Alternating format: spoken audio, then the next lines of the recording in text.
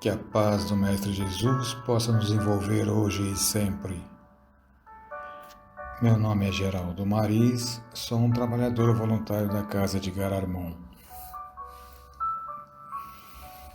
Hoje eu trago um tema que é para nós vermos que fala do Brasil. Então o tema é Brasil, o coração do mundo, a pátria do Evangelho.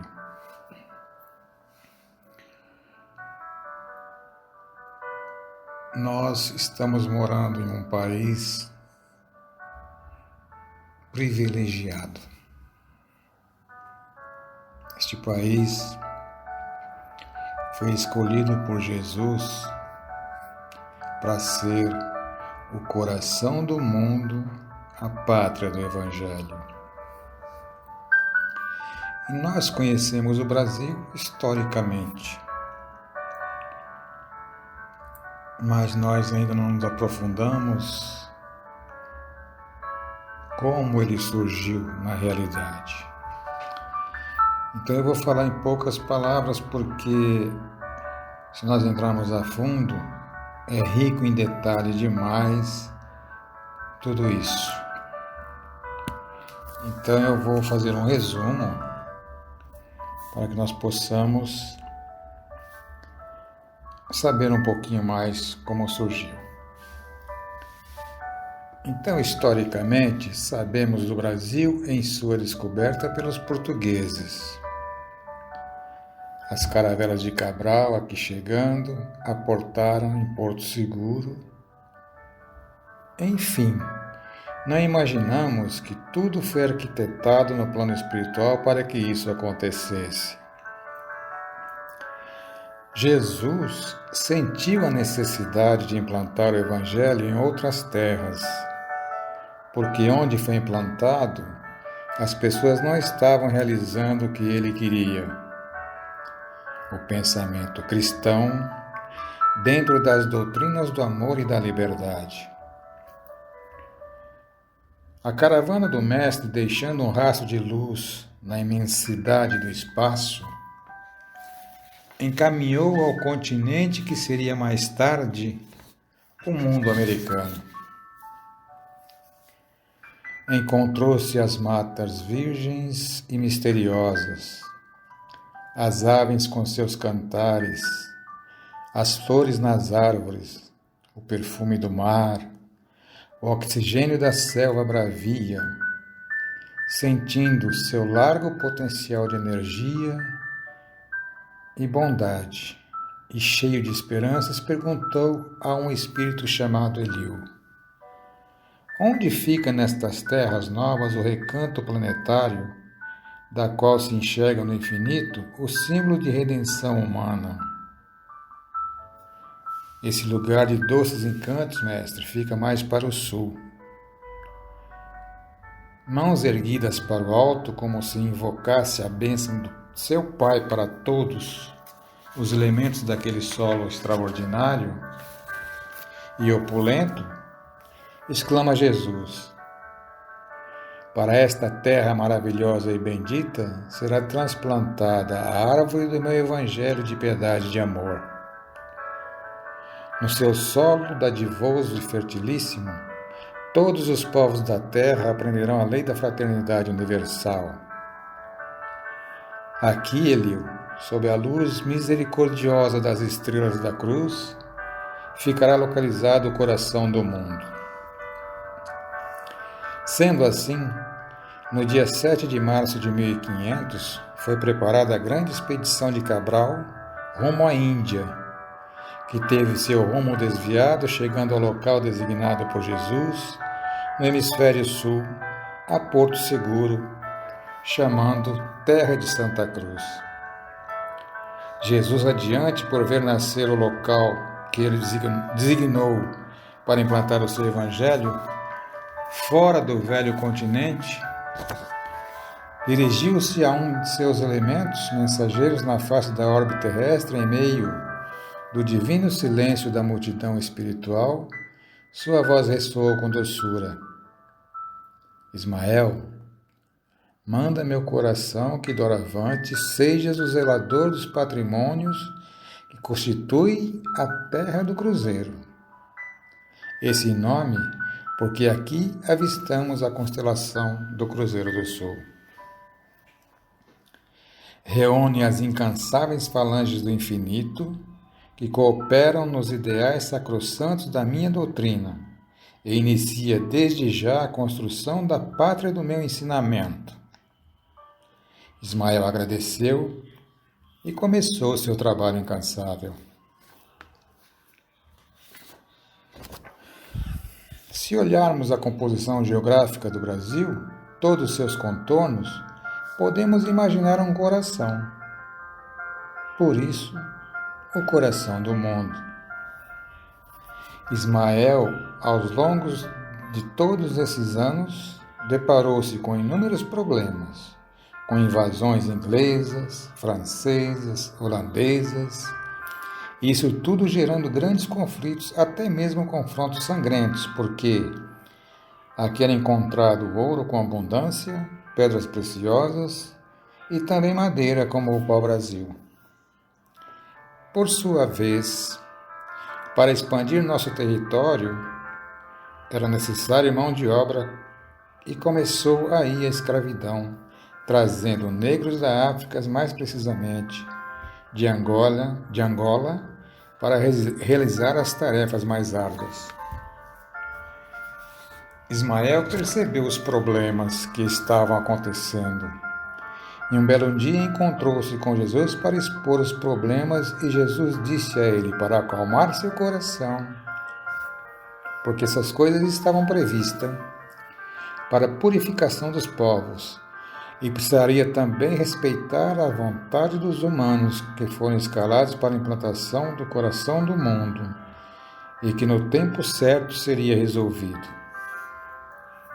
Jesus, a cada tempo, interferia para que as mudanças acontecessem. E Ismael sempre recebia intuição para colocar em prática. Assim foi resolvendo caso a caso, como por exemplo, a Inconfidência Mineira, onde o sacrifício de Tiradentes estava previsto, sendo ele amparado por Ismael, que recebeu fraternalmente agradecendo o seu sacrifício. Com o passar do tempo, Ismael, dirigindo-se ao Tiradentes, que estava em uma reunião com ele sobre a independência do Brasil, disse-lhe: Ó nosso irmão, martirizado há alguns anos por essa grande causa, acompanharás Dom Pedro em seu regresso ao Rio e ainda terá a generosa cidade de São Paulo no roteiro. Auxiliará seu coração no grito da liberdade.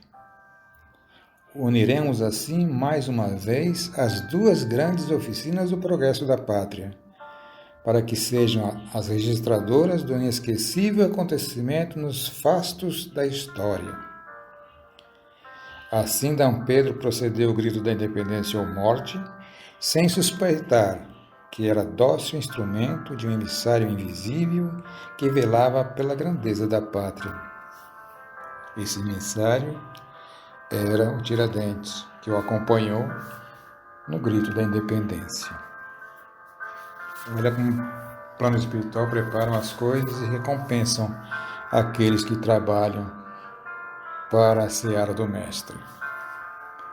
Tivemos a abolição da escravatura, a proclamação da República, e tudo isso foi realizado com muito empenho de Ismael, que sempre trabalhou arduamente para o desenvolvimento do Brasil, para a implantação da pátria do Evangelho, sempre com as instruções de Jesus para a depuração e, consequentemente, o Evangelho de Jesus poder ser implantado. Logo após a proclamação da República, Ismael começa a implantar a Federação Espírita Brasileira, com a ajuda de Bezerra de Menezes, para que o mundo conhecesse o cristianismo restaurado. Sendo assim, Não obstante os primores morais da codificação kardeciana, o Espiritismo penetrava no Brasil com todas as suas características de cristianismo redivivo, levando as almas para uma nova alvorada da fé. É para essa grande obra de unificação que todos os emissários cooperam no plano espiritual, objetivando a vitória de Ismael nos corações. E os discípulos encarnados bem poderiam atenuar o vigor das dissensões esterilizadoras para se unirem na tarefa impessoal e comum, apressando a marcha redentora. Nas suas fileiras respeitáveis, só a desunião é o grande inimigo. Para com referência ao catolicismo, os padres romanos, com exceção dos padres cristãos, se conservam onde sempre estiveram, isto é, no banquete dos poderes temporais, incessando os príncipes do mundo e tentando inutilizar a verdadeira obra cristã. A liberdade não exclui a fraternidade, e a fraternidade sincera é o primeiro passo para a edificação comum. Quero aqui dizer a todos os trabalhadores de nossa casa e todos os trabalhadores de todas as casas que todos nós que já temos um pouco de conhecimento do Evangelho de Jesus, que reflitam que nós não estamos aqui por acaso. Fazemos parte e temos a responsabilidade de propagar esse Evangelho para que nossa pátria se concretize e realize o sonho de Jesus, se personificá-la como a pátria do Evangelho. Precisamos, portanto, dedicar todo o nosso tempo que pudermos, porque a história do Brasil não se resume em seu descobrimento, e tudo o que está programado para ela foi minuciosamente desenvolvida por Jesus, e com o trabalho árduo de Ismael e toda a sua falange para que esta pátria seja coração do mundo, pátria do Evangelho. Então, meus amigos, o Brasil teve o seu descobrimento, teve Inconfidência Mineira, teve Proclamação da República, enfim, tudo que foi feito do descobrimento até aqui foi tudo planejado por Jesus.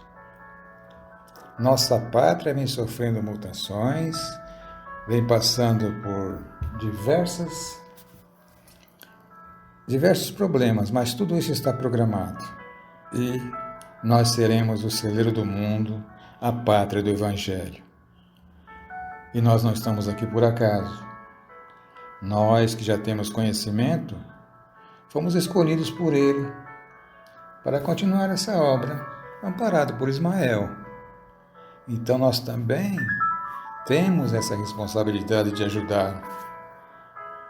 Nós temos o conhecimento, nós estamos aprendendo e nós podemos, sim, ajudar que a pátria do Evangelho possa definitivamente ser considerada como pátria do Evangelho e como o coração do mundo.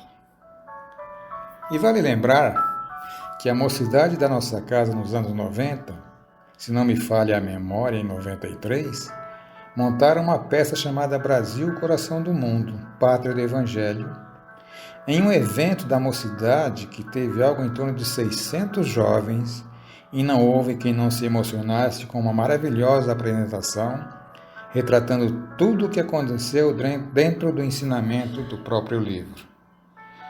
Quem quiser se aprofundar e saber minuciosamente todos os pormenores, cada detalhe da longa batalha até aqui, leiam o livro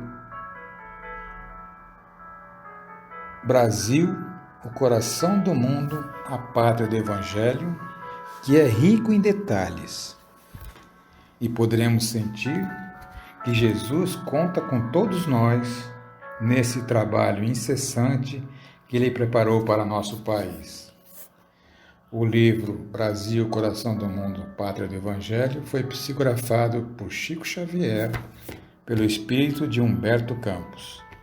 Neste livro, ele é rico em detalhes, minuciosamente destaca todos os detalhes que Jesus preparou para a nossa pátria. Nossa pátria será o celeiro do mundo, é o coração do mundo e a pátria do Evangelho, porque aqui Jesus confiou que o Evangelho se tornaria mundialmente conhecido através da nossa pátria. E nós precisamos ajudá-lo a conseguir conquistar tudo isso. E assim, que Deus nos abençoe. Agradeço a todos por ter ouvido e espero ter ajudado a entender um pouquinho porque o nosso país é o coração do mundo, a pátria do Evangelho. Que Jesus nos abençoe. Amém.